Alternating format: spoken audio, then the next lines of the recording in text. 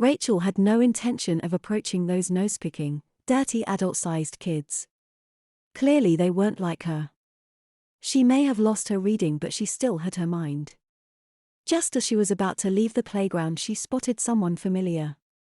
Sitting crouched on the ground beneath the jungle gym was Brian. He was dressed as goofy as any of the big kids here, but from the way he was hiding and the desperate look in his eyes, Rachel guessed he was feeling like her. At least she hoped that was the case. She didn't know what she'd do without at least one friend to commiserate with. "Brian," she called, rushing over and dropping to her knees in the wood chips before him. Immediately she saw the relief in his eyes and knew she wasn't alone. "Rachel? You remember me?" Brian asked, sounding greatly relieved. "How could I forget you?" she exclaimed. "You're the only person I've met yet who isn't acting like a dumb little kid." "I know, it's like the whole damned world has changed.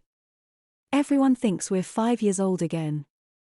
"No, it's worse than that, Brian." "Worse than that? What do you mean?"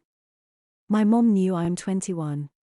But she thought it was normal for me to go to kindergarten.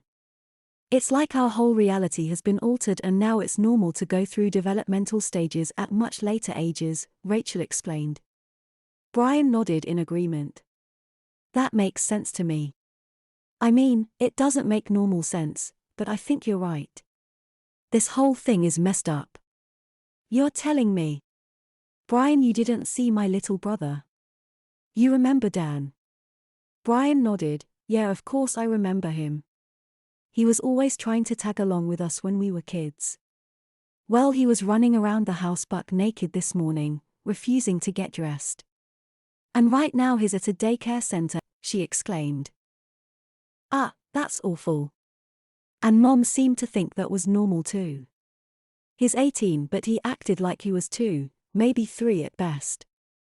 Brian looked around the playground and shook his head. "Rachel, you and I can still think like normal. But why do you think that is? I mean, why are we still able to sit here talking while all our old friends eat their boogers and play in the dirt?" "Our old friends?" "Yeah, didn't you notice?" Brian asked, pointing around at other young people on the playground. "Most of these guys and girls are from college. A lot of them went to high school with us too.